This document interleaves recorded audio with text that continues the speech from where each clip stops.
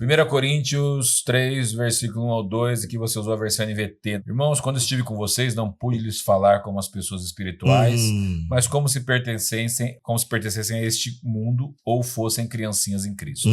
Eu tive de alimentá-los com leite e não com alimento sólido, pois não estavam aptos para recebê-lo. E ainda não estão. Agora vamos para Hebreus 5, 11, 14. Quanto a isso, temos muito que dizer, coisas difíceis de explicar, porque vocês se tornaram lentos para aprender. Embora a essa altura já devessem ser mestres, vocês precisam de alguém que lhes ensine novamente os princípios elementares da palavra de Deus. Estão precisando de leite, não de alimento sólido. Quem se alimenta de leite ainda é criança e não tem experiência no ensino da justiça. Mas o alimento sólido é para os adultos, os quais, pelo exercício constante, tornaram-se aptos para discernir tanto bem quanto mal. Em que momento é o leite? Em que momento é alimento sólido? Entender esses dois textos aqui. Muito legal. Antes de nós entendermos um pouquinho esse texto, onde tanto Paulo quanto o autor coloca isso, antes de entender o leite como uma figura de imaturidade espiritual, é legal a gente entender o leite como algo também importante, né? Porque Pedro vai falar sobre nós desejarmos, né, o genuíno leite espiritual. Eu até cito no 1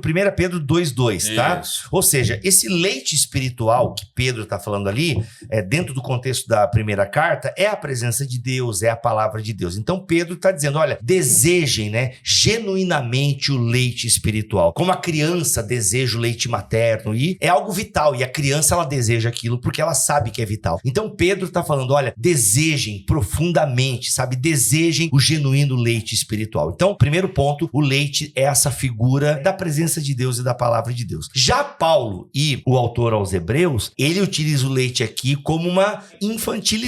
Então Paulo tá, né, ele tá assim realmente muito chateado com a igreja de Corinto, porque percebe que eles ainda estão na dimensão da carne, eles não estão na dimensão do espírito. Então Paulo tá dizendo que tem coisas que vocês não estão prontos para ouvir ainda, porque vocês são carnais, vocês são crianças. A ideia aqui é o seguinte, vocês não evoluíram, vocês ainda são imaturos na fé. E Paulo vai trabalhar inclusive isso, né, no capítulo 8, capítulo 10, mas é um problema da igreja de Corinto. A ideia ali do fraco é uma fé débil mesmo, uma fé errada. Ou seja, vocês têm uma fé errada porque vocês ainda estão só no leitinho. E aqui nesse texto, não precisa nem pregar muito sobre ele, né? É muito claro que ele está falando ali, olha, eu não pude avançar com vocês porque vocês são preguiçosos. A palavra ali pode ser preguiçosos, tá? Página 18.